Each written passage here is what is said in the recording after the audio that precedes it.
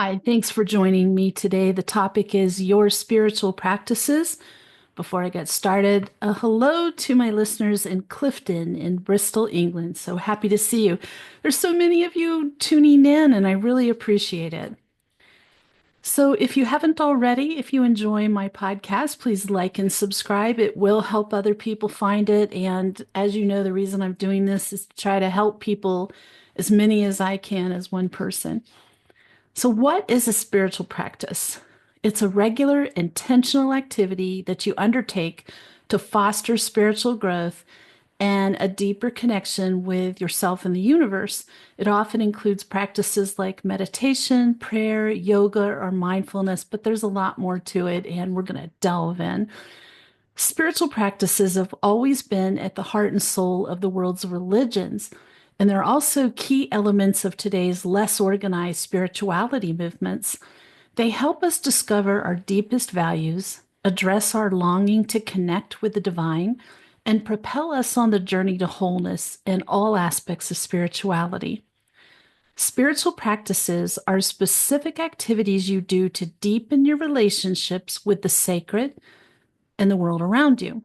Practices help you connect to God, or however you want to call your higher power, or something merely beyond yourself. They enable you to become actively engaged with your inner true self, that depth of your being, and they expand the breadth of your experiences, encouraging you to relate in a particular way to other people and the whole creation, including animate and inanimate beings. We are what we practice. And if we become angry a lot, then essentially we're practicing anger, and we can get quite good at it. Conversely, if we practice being joyful, then a joyful person is what we'll become. So we practice all kinds of things all the time, but the decision to do spiritual practice is intentional. These activities have meaning and purpose, and they do influence how we live our lives. Practices are usually very concrete and practical. They specify just how you can walk your talk. Sometimes before you can act, however, you may need to clarify what your values and beliefs are. Asking and living with questions is a kind of practice. Some practices require setting aside a special place and time, but most of them can be done amid your daily life. A spiritual practice does not have to be hard. It requires and rewards presence, not effort, and some practices do yield an outcome, but many are done simply for their own sake. And practice does not make perfect. Don't expect to overcome all your weaknesses and fix all your problems.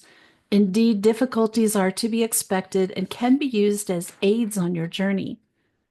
Practice is a process, and your spiritual practice will change over time. You may make a commitment to doing a specific activity for years, or you might get what you need from it in a day. Practices, again, don't have to be complicated. Consider how many of the ritual exercises of the world's religions are simple: lighting a candle, eating a piece of bread, bowing, and don't disdain the use of your mind. Naming, remembering, watching, identifying, imagining, questioning, these are honored elements of spiritual life. The best practices for you will arise naturally out of your ordinary activities as you refrain and redirect them towards new breadth and depth. So, what is the purpose? Spiritual practices aim to cultivate spiritual development, deepen your connection with a higher power or the divine, and they promote inner peace and well being. They can be done solo or in a community. And this is all great, you say, but how do I actually do it? So, first, you come to realize that practice is essential and something you must do.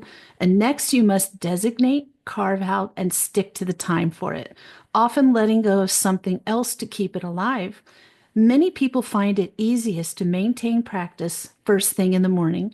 But what does that mean you give up? Sleep? Or is it the extra hour on the computer before bed the night before so you don't waste time in bed? There are choices here, and it's up to you. In short, for you to take honest aspiration or affirmation, here are some top benefits of a spiritual practice. It improves clarity during your overflowing and demanding days. It cultivates the attention required to complete tasks. It lifts our mood. It creates a sense of steadiness and grounding in change. It keeps us afloat and even keeled in even the most riotous emotional storms. It helps us see our lives on a macro level, and it helps us understand our lives on a micro level. It draws us into the simplicity of the moment. It touches us so deeply that without it, we would feel lost or downright not right. It connects us to and reveals true spirit. Ultimately, we summon the courage to make room for spiritual practice and the experiment that it is as an instigator at any time of peace, elation, chill out, aha moments, tears, or if reflection. We must be willing to face whatever arises within this vehicle we inhabit and touch the sacred in ourselves every precious day. Some further benefits of a spiritual practice are increased well being. Spiritual practices can promote mental, emotional, and physical health, greater self awareness. Practices like meditation and mindfulness can help individuals understand themselves better. Stronger connection. Spiritual practices can foster a deeper connection with oneself, others, and the world around us. Purpose and meaning. Engaging in spiritual practices can help individuals find meaning and purpose in life. Coping with challenges. Spiritual practices can provide a sense of strength and resilience in the face of adversity. Here are 5 primary forms of spiritual practice, and within each one is many options. Prayer and meditation is the first one. One of the simplest way to cultivate a spiritual practice is through prayer and meditation. I found these disciplines help me return to the current moment, living in the now, root myself in the present rather than the past, which you can't change, or in the future, which you can't control. Prayer make more sense if you subscribe to a higher power, while meditation and mindfulness are sacred, time-tested rituals that anyone can experience. Next is giving back with time and money.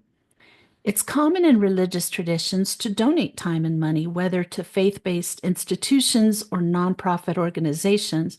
However, these practices are not reserved just for those belonging to a specific religious community. Anyone can donate to nonprofit organizations, environmental efforts, and give back initiatives. Through monetary donations, you can connect with nonpartisan organizations in your community and support impact-driven initiatives that you believe in. Likewise, consider implementing a volunteer schedule into your spiritual practice. Spend one afternoon a month serving with a local organization or participating in sustainability projects. Giving back with our time and money expands our worldview and invites us into collective spirituality. Next, attend a spiritual retreat. Now and then, it's worth taking time away to do this, whether it's at an organized institution or a solo getaway. Creating space for reflection, mentorship, and education is essential for spiritual growth and continued transformation. And by getting outside of our routine and familiar environment, we can more easily recenter ourselves. Retreats are also excellent for engaging with and learning from others who are on similar spiritual paths. Creating space for reflection, mentorship, and education is essential for spiritual growth and continued transformation. To start your search, check out a list of spiritual retreats in your country. There are numerous monasteries abroad, specifically in Europe and Asia, that are inclusive and welcoming. Here in Sedona, there's many workshops and retreats happening, and they're all over the country and in other countries. And many are set up for self-led retreats. Some even operate on a pay-what-you-can or a work exchange system, so don't let money get in the way. Next is hold space for rituals. When I think through some of my most meaningful spiritual rituals, listening to specific spirituality podcasts stands out for me. There are a few I listen to almost every day, as I'm getting ready for work. And I've been listening to these podcasts for years now. They've become a regular part of my days. I've had people tell me they listen to my podcast every day on the way to and from work, and other listeners have expressed similar sentiments, saying the show's a consistent source of peace and a part of their spiritual guidance. Whether you listen to a podcast, attend a weekly spiritual service, or light a candle at the end of the day while reciting a poem or a prayer, rituals are a meaningful way to practice discipline and reverence in your spiritual practice. Next is, and last, experience what's called carbonated holiness. Laughter is carbonated holiness. And I interpret this to mean that through laughter and being lighthearted, we can connect to the sacred in ourselves, others, and the divine. It's a profound thought, especially as it relates to the Western culture's overtly successful and performance-driven ethos. Through laughter and lightheartedness, we can connect to the sacred in ourselves, others, and the divine. Laughter, play, tenderness, these things can be part of our spiritual practice too. And how beautiful is that? We can connect with something outside of ourselves and return to the innocence of youth. For me, this looks like creating time for embodying and playful activities, creating art without judgment, and solo dance parties in my kitchen. It's learning how to let go and laugh more often. Goofiness is some sort of magic, I'm convinced. In that case, I'm a master at it. And the most transformative spiritual discipline is the one where we learn not to take ourselves so seriously. As a reminder, spirituality is what you make of it. My beliefs and practices have shifted over time, and I anticipate they will continue to evolve as I continue to learn, love, grieve, suffer, and experience all of the complexities that life has to offer. My hope is that your own spiritual practices will help you do the same and serve as a reminder to look up and around in every season of life. So, how do you find new spiritual practices? You're probably doing some things and have been doing some things, and you're like, there's got to be something more. I'm ready for something different. Well, even if religion isn't for you, there's a world of rituals and tools to lift yourself up and connect to something greater. Spirituality is a vital component of life, but it does not look the same for everyone, just like there is no one size fits all of anything. It encompasses various practices and beliefs that help ground people in the here and now, connect them to others and the wider world, and motivate their intentions and actions. Like many people, you might be looking for peace of mind during a chaotic time. Or maybe you seek a sense of balance while trying to juggle the expectations of family and career or other parts of your life. Many of us wish to enhance our understanding of ourselves and other people. We also search for answers to questions of worth and meaning, purpose and belonging. Questions such as, why am I here, or what do I aim to do? These are all spiritual needs, and they illustrate why spiritual practice is as critical today as ever. In many parts of the world, the obvious answer to the question of how to meet your spiritual needs would seem to be religion. Even in very religious areas, however, 28% of adults do not participate in organized religion. Perhaps this group includes you. While many non-religious adults were raised in secular or atheist households, for many the move away from religion is more recent. Perhaps you were born into a religion that no longer resonates with your sense of self-understanding. Or maybe you find that the rituals and community established by that religion fail to meet your needs. Like so many others, you may nevertheless have a desire for some form of spiritual practice. Just without the emotional baggage or expectations of identifying with a religion, you might want to adopt new personal practices that connect you to yourself, others, and the natural world, that produce a sense of wonderment, provide fulfillment and rejuvenation, and help you overcome difficulties. So, spiritual practices don't require religious membership. That's important to know. Although the rates of people identifying with established religions have waned in many societies, there's plenty of evidence of humanity's continued need for spirituality and spiritual practices. Like nearly a quarter of US adults, you might even think of yourself as spiritual but not religious. It's a complicated term, no doubt, but one that reflects how a shift away from religious participation does not equal a rejection of spiritual needs and practices. Identifying as spiritual but not religious can be a way to signal to yourself and others the pursuit of a spiritual life that offers guidance and support, even as those who use this term associate with a range of different practices and communities. One of the roots for the word spirituality is spiritus, meaning breath. It suggests how spirituality is connected to vitality, to existence itself. When considered in this way, spirituality clearly has to do with more than just religious faith. It is about our deepest human concerns and needs. Researchers have documented how spirituality can benefit mental health by providing and reinforcing inner peace. It offers perspective in moments of crisis and can help you face personal challenges and unrest. Whether you identify as atheist or agnostic, recently removed from religion, or have never been involved, spiritual practices can provide essential tools for you. A routine practice that promotes well being becomes spiritual when it's intended to advance your sense of self and cultivate your connection to something greater than yourself. That might include a higher power, nature, or other people. In so doing, such practice may produce positive states of being, such as a sense of peace or contentment, awe and reverence, gratitude or compassion. If a practice, even one that's traditionally understood as a social activity or form of self-care, does enhance these aspects of your life, then it can be pursued as a type of spiritual practice.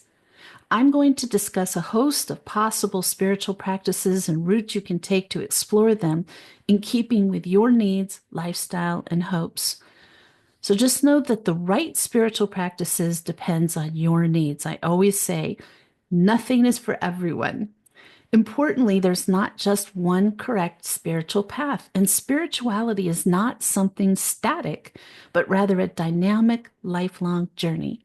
My own journey has shifted from a traditional religious upbringing in a Catholic household to engagement with various spiritual practices. And while the lessons I learned growing up established the moral grounding I want for myself to always treat others with a sense of reverence, empathy, and compassion, I found myself moving away from attending church services or even following a particular religion. Neither fortified me as I encountered more of the world and discovered more about what I desired for myself, for others, and for the natural world that we blessedly call home. Through travel, conversation, and trial and error, I thrust myself into new experiences with a desire to learn. This began with being honest about my lack of knowledge and making myself vulnerable to what surrounded me. As I saw others moved by the sight of an eclipse, an immersion in yoga, or the insight of astrological reading, I came to see that spiritual practices are more than the ways people bring to life their religious convictions. Instead, spiritual practices emerged as tools of orientation and grounding. They've given me ways to deal with the daily challenges and expectations of being a spiritual counselor, an angel communicator, a loving mother, a caring friend. For instance, in mindfulness meditation, specifically walking meditation, I found a way to induce calm in moments of anxiety, a method to remind myself of my interconnection with the world. Each step I take literally binds me to the earth, and a means to bring about the peace of mind I need to engage in client sessions or be more present in my relationships.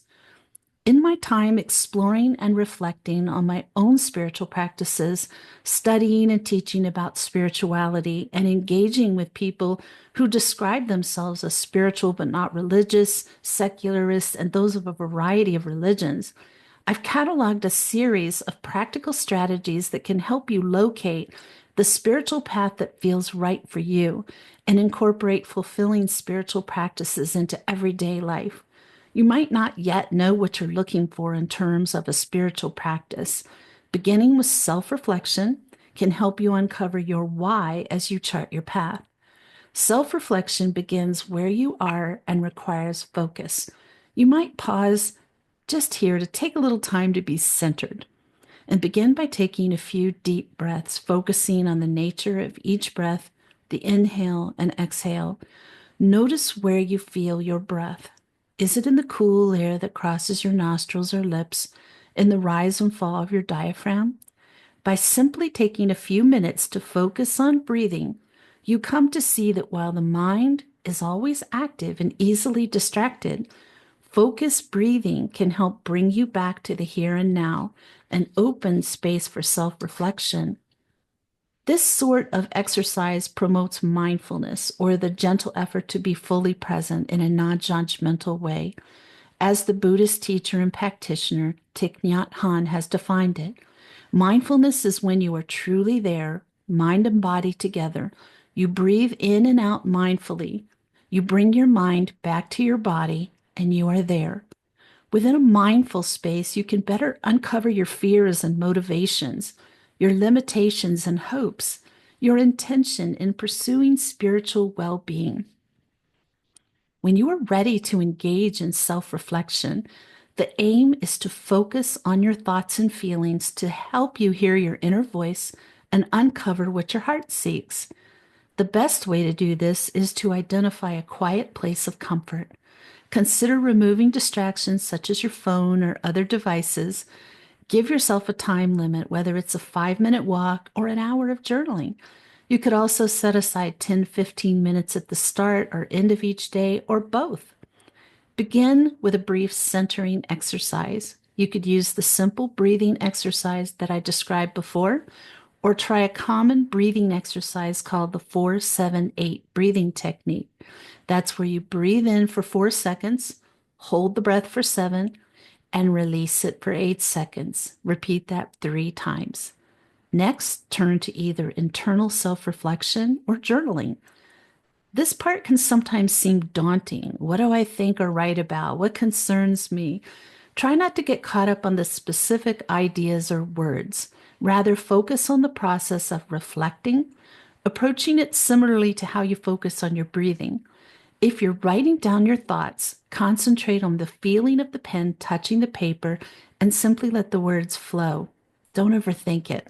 Remember, this process is for you. Allow yourself to be present, and key moments of realization or intention may start to emerge organically. Using prompts and questions can also be helpful. You could begin with one more broad question, such as, what do I hope to get out of this? How am I feeling today? What concerns or aims do I have? What moment from today stands out as gratifying and why? What moment was troubling and why? Another technique is to construct an inventory of your first thoughts or final thoughts each day. The following day, you return to these reflections, considering whether the emotions and experiences seem familiar or unfamiliar to you, and then considering why that is. Beyond general reflection, using prompts related to self-discovery, self-care, and the nature of spirituality can help you begin to chart out future courses of action and spiritual practice. Some examples you might find useful include, what does spirituality mean to me? When do I feel most spiritual? Why? How would I describe this experience to someone else? When am I the most content or most upset, most at peace, most angered? What activities express my sense of self? What values and virtues do I want for myself and others? When I envision a future version of myself, what do I want that to look like? What purpose do I seek for myself? What do I find meaningful and why? For a different approach, construct lists of promises to yourself or intentions that you hope to act on. This presents an opportunity to identify aspects of your life that you hope to change or improve, as well as ways of being you hope to cultivate. For example, if you find yourself struggling in relationships, you might make a promise not to leave important conversations without a resolution, or you might list an intention to engage more actively and openly with new communities. Reflection, journaling, and list making can help compel you forward as you seek to develop your spiritual well being. They orient your understanding of spirituality and begin the process of determining which spiritual practices best resonate with your intentions and aspirations. You learn more about your spiritual needs, which can change depending on your circumstances and the growth you've made. As you reflect on where you stand and what you seek for yourself, you might realize, for example, that you want clarity on what is most meaningful for you, or that you need more connection to other people or nature. You could also identify areas of discontent, causes of unease, and moments that bring you a sense of inner peace and fulfillment. Once you've identified such things, you can then be proactive in introducing spiritual practices that lift your spiritual needs. Religious systems commonly specify which tools and rituals they deem acceptable for cultivating spirituality. If you've broken free from these designations, you'll want to reflect on what worked and what failed for you, what appeals to your sentiments, and what clarifies your spiritual needs. Self-reflection can help you discover what spirituality means to you, and in doing so, you uncover the essential clues and orientations necessary to move to the next step, which is actively learning more about spiritual practices and what makes sense for you. To find new tools and insights essential to this, you must remain open to learning from the experiences of others. In learning more, you can identify elements that appeal or not, that open space for growth, or that fail to connect to your specific aims. Other people's life stories can be especially helpful for understanding what leads others to certain expressions of spirituality. You can join a reading group or online community of spiritual searchers that can also prove effective in this regard. Spiritual forums, for example, bring together a diverse community to explore various spiritual topics with specific areas dedicated to alternative spiritual practices. Another way to connect through shared reading is to connect starting a book club or other communities you already engage with. For example, if you attend yoga classes, you might suggest post-yoga get-togethers to discuss books about spirituality and other topics. There's so much that you can do, and as you encounter new spiritual ideas and tools, pay attention to the thoughts and feelings that arise to you, but do not feel that you would need to jump quickly to conclusions about what you find. In other words, you don't need to read an article, watch a video, or listen to a podcast and immediately assume you've uncovered your truth in your practice. In the early stage, this aim is to seek moments of learning, which requires being open to receiving wisdom by putting away preconceived notions and ideas. Only by trying spiritual practices yourself can you discover what works for you.